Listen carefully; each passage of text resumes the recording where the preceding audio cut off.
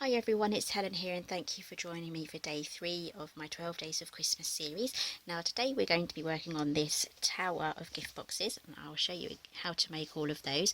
Don't worry about writing any of the dimensions down, there'll be a link down below and it will take you straight to the project page for this particular project. So today we're going to be making another box exactly like this top one here, just to add to our stack, so you can make as many of these as you want. And I'll also show you how to tie your bow around this tower of boxes without your tower of boxes falling over. So there's a little trick to that, so I'll show you how to do that. But first, the papers, let's show you those. I got mine from Hobbycraft. I'm using 6x6 and it's called Christmas Whisper, and these also come in 12x12, which I have here as well. So these are identical, these are just bigger. And you get quite a few in here, and the good thing about this project today is that we're not going to be doing any stamping because our sentiment's already here. So these are perfect for the boxes that we're making, and they're also perfect for making your own cards as well. So you get the larger versions of these in the 12x12 pad. So I'll leave links on the project page for you to order your own papers. Now they do international postage as well, so you've got no excuse, you can get these. I love that ombre effect. So I think you get 4 of each one, so they're really quite generous. So let's move on with the tutorial. Got everything prepared here. I've cut out my sentiment, is it sentiment or my image, and I've backed it onto some silver mirror card there. Got my base and my lid cut out ready, and I've chosen my papers here, so we'll be cutting those out as well. Okay, so let's do our scoring first for our lid. Where's there it is. Right, so we'll do our lid first. Now the lid stays the same, it's the exact same measurement for the tower of boxes for the lid, it's only the base that's going to be different.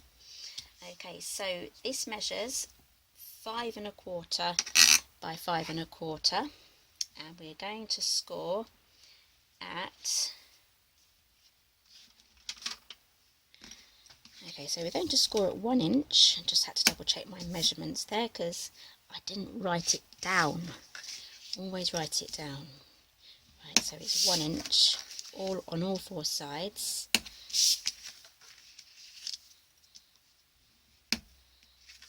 Okay, set that aside.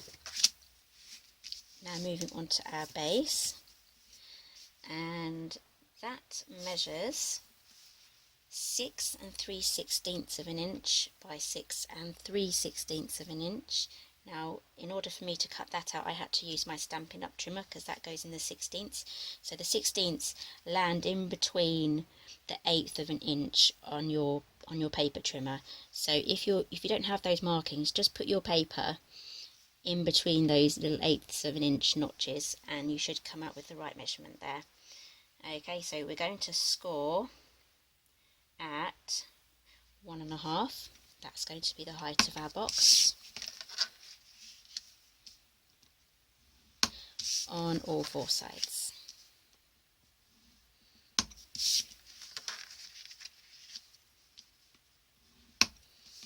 Okay, so that's our scoring done. Let's get folding.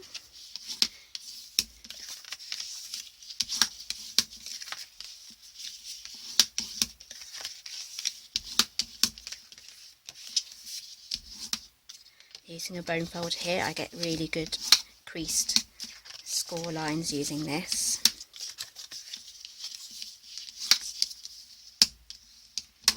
Okay, grab your scissors.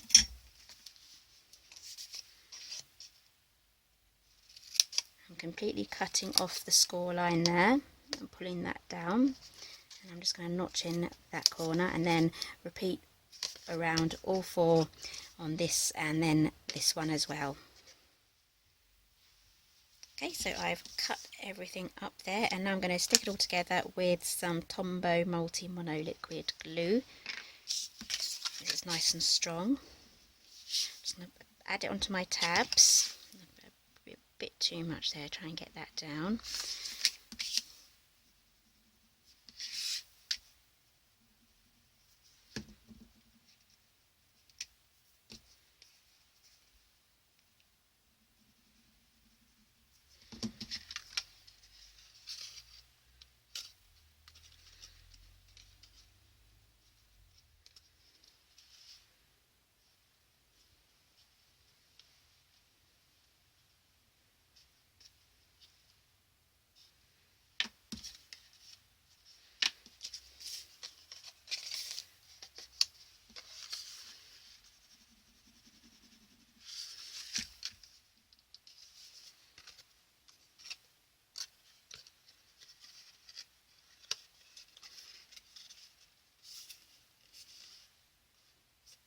Okay, so we're going to put the lid on in a second.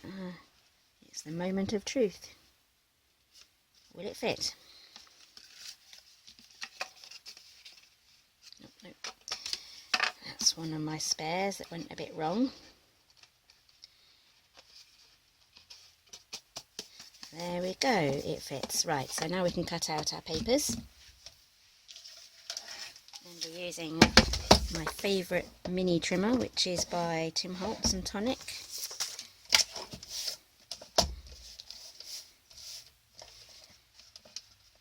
And we're going to cut at 3.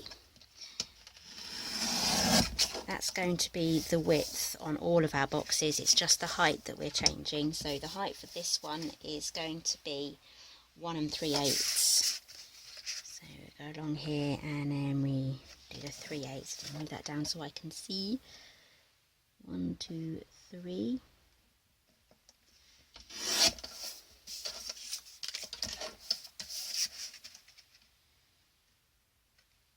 If you can hear a funny noise, there's someone out in their back garden again doing some sort of handiwork.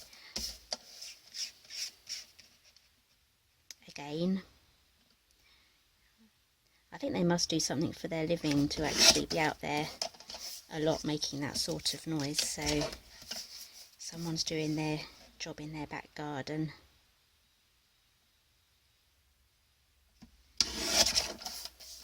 Okay, so that's 4 of those.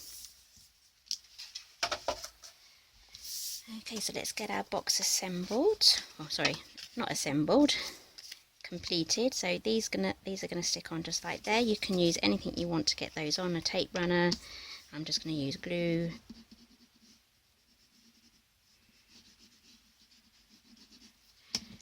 It's a new bottle, as I said earlier.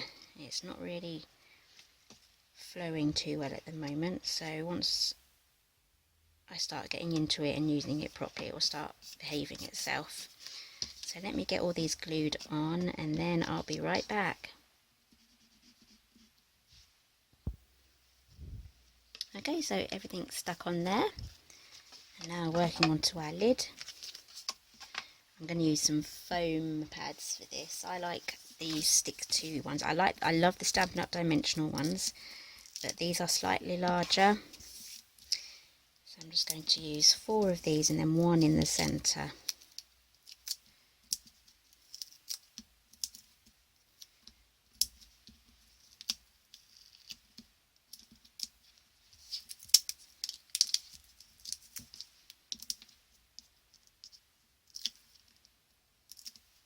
So yeah, you can put anything in these boxes, sweets, chocolates, a little set of gifts if there's a little theme going along, toiletries. In the larger one you could probably get a pair of socks in there as well. So let's pop this on. I think that's even. There we go, and I bought some really cheap washi tape, and on my other boxes it's starting to come off. So yeah, buy cheap, buy twice, as they say. So I'm just going to glue this down a little bit with a little bit of that Tombow. So let's get this stuff on. So I'm going to start at the back.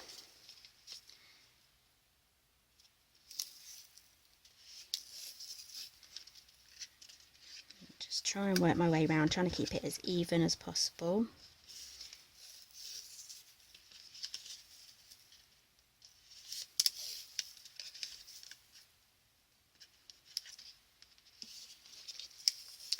Now I'm just going to trim that off.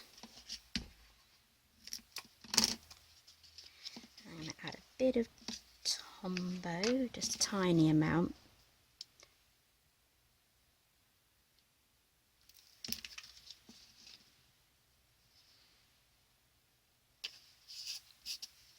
There we go. That should stop it from coming apart. Pop that together. Okay, so now moving on to getting our tower built. This could be fun because we're not all octopuses, or octopi, however you want to say it.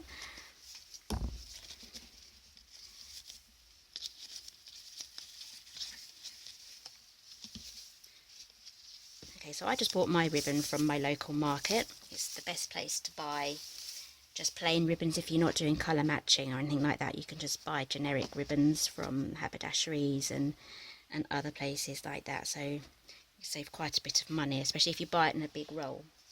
You can never get enough white ribbon in a roll. Okay, so let's get this started. I'm going to leave about this much to do my tying.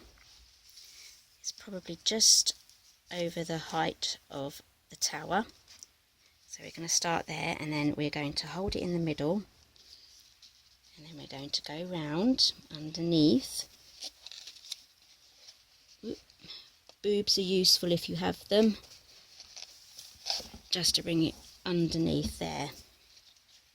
Let's bring it in again, turn it round. It will go higgledy-piggledy as you go. So right, we've had none falling over.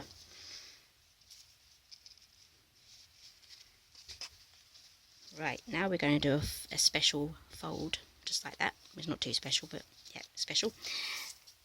And then we're going to go down, and then we're going to do it again. Try not to get it to topple. And there we go, it's getting a little easier now. And bring it over again. You can pause this video and watch it again and again, and just practice till you get it. And that goes under here. So this one here, I just tucked underneath the whole lot, with that still going out to the right, and then we can pull it. There we go. No boxes fell over, so let's straighten everything up.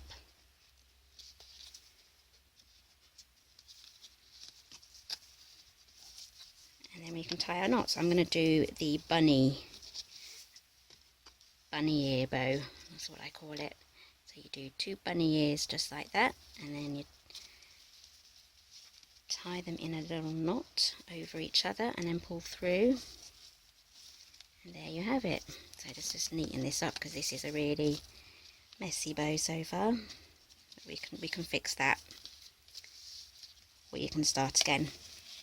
It's just the bow section. The hard work's done now with wrapping it around everything. Okay, so I'm going to leave these loose. Just going to trim that off there with my scissors. I just trim that off. Grab a lighter and just quickly go like that with the flame. Don't use a match or a candle because you'll get a black mark from the soot, but a lighter will be fine. A clean flame will do that beautifully, and then it won't fray. Or you can just add, not Tombow, but another sort of glue that doesn't dry tacky. The one that just dries hard and clear will be perfect. A bit like glossy accents, something like that. Okay, so I need to glue the rest of that together, and that's pretty much ready now for me to fill with some goodies. I mean, how lovely would that look on a mantelpiece, even if you're just making Christmas props for your house? Just leave them empty, just have these around, dotted around. How perfect would that look? But yeah, I'm going to fill mine with treats and some lovely things for whoever I decide to give this to. Okay, so thank you for joining me today. Give me a thumbs up if you like this. Subscribe. There's a little thingy down there with my logo on it. That will subscribe you, and then you won't miss any more of the rest of the series. and I'll see you, I think it's Wednesday's the next video, so I'll see you then.